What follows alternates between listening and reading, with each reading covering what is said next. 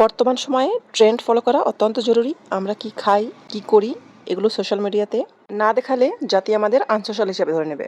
আগে ট্রেডিশনালি মাছে ভাতে বাঙালি ছিলাম আমরা, আর এখন কেক পুডিংয়ে ট্রেন্ডিং বাঙালি আমরা। 2025 সালের জাতীয় খাবারের একটি হলো পুডিং।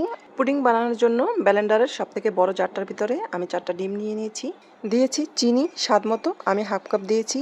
আরও দিয়েছি গুঁড়ো দুধ 1/4 কাপ। আগে থেকে জাল করা ঘন তরল দুধ দিয়েছি 1 কাপ প্লাস 1/4 কাপ। বাকি এখানে আমি পাকা কলা দিয়েছি, 1 চিমটি লবণ দিয়েছি, আর ভ্যানিলা ফ্লেভার দিয়েছি। এগুলো সবকিছুই অপশনাল, শুধুমাত্র স্বাদ বৃদ্ধির জন্য। সবকিছু ব্লেন্ড করে একটা সাইডে রেখে আমি একটা পাত্রে ক্যারামেল তৈরি করে নিয়েছি।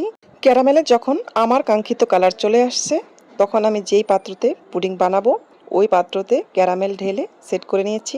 ক্যারামেল সেট করা এই বাটিটা ফ্যানের নিচে 10 থেকে 15 মিনিট রাখলে ক্যারামেলটা শক্ত হয়ে যাবে। দেন একটা স্ট্রেনার দিয়ে এভাবে এটা ছেঁকে নিতে হবে। ছেঁকে নেওয়ার পার্টটা কোনোভাবেই স্কিপ করা যাবে না। সব শেষে এই বাটিটাকে এখন চুলায় অথবা ওভেনে ওয়াটার বাথে দিয়ে দিতে হবে।